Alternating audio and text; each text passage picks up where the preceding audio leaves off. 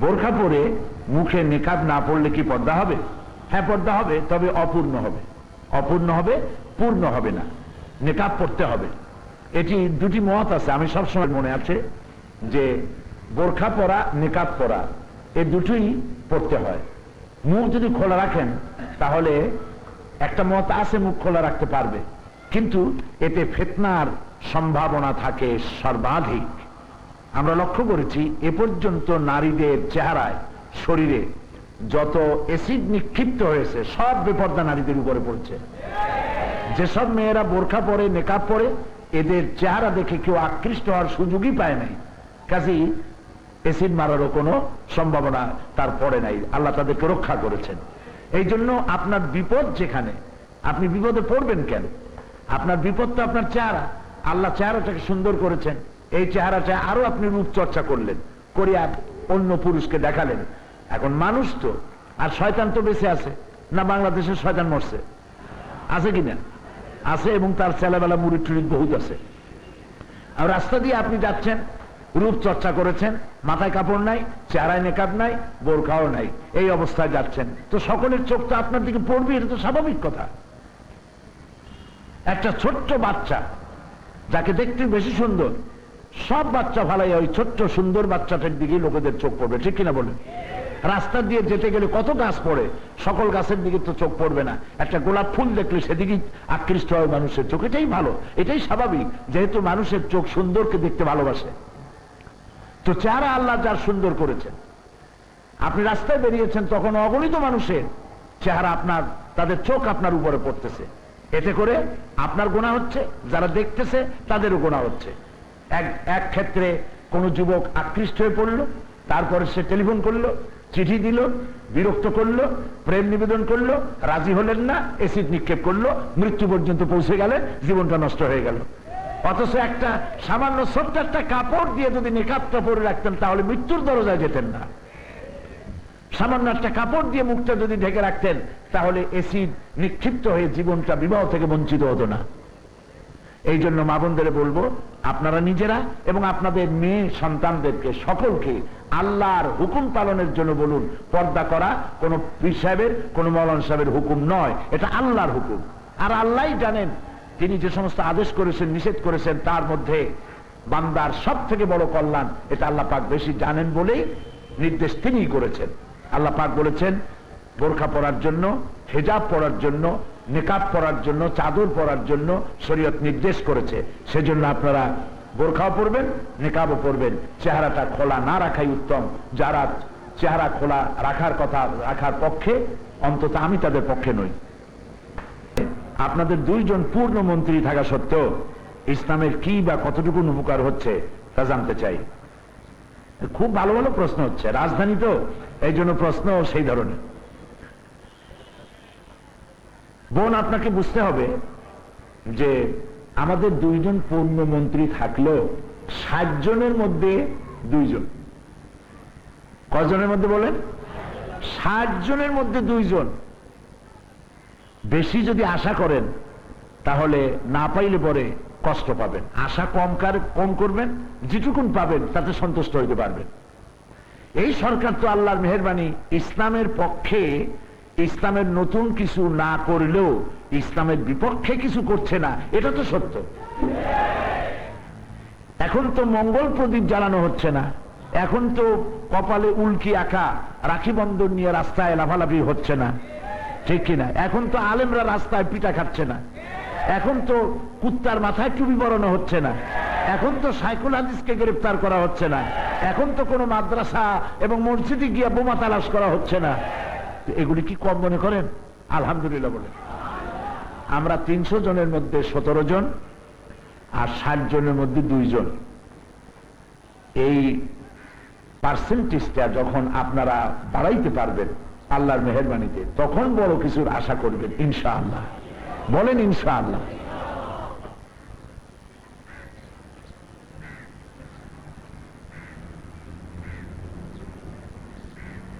অনেক মেয়েরা মাদ্রাসায় পড়ে, এতে তাদের কোরআন ও আরবি বই পড়তে হয়।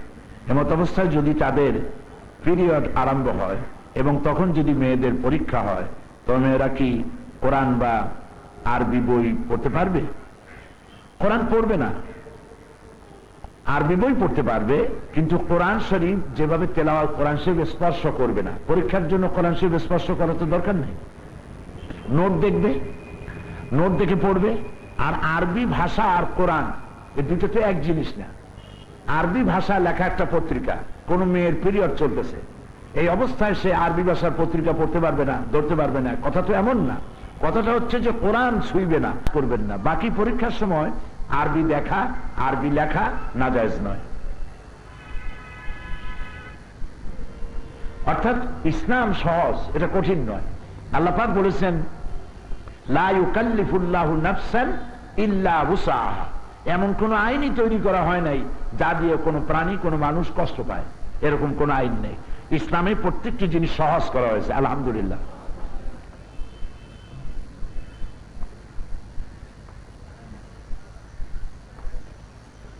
অজু অবস্থায় টেলিভিশন অপরিচিত পরিচিত পুরুষের সামনে হঠাৎ পড়ে গেলে বা কথা বলতে বাধ্য হলে তখন কি আমার অজু থাকবে? টেলিভিশন দেখলে উজু যাওয়ার কোনো কারণ নেই।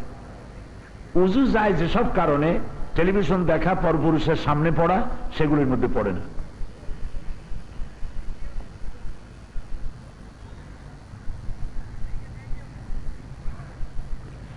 গোসল ফরজ হয়েছে, এ অবস্থায় কোনো সমস্যায় পড়লে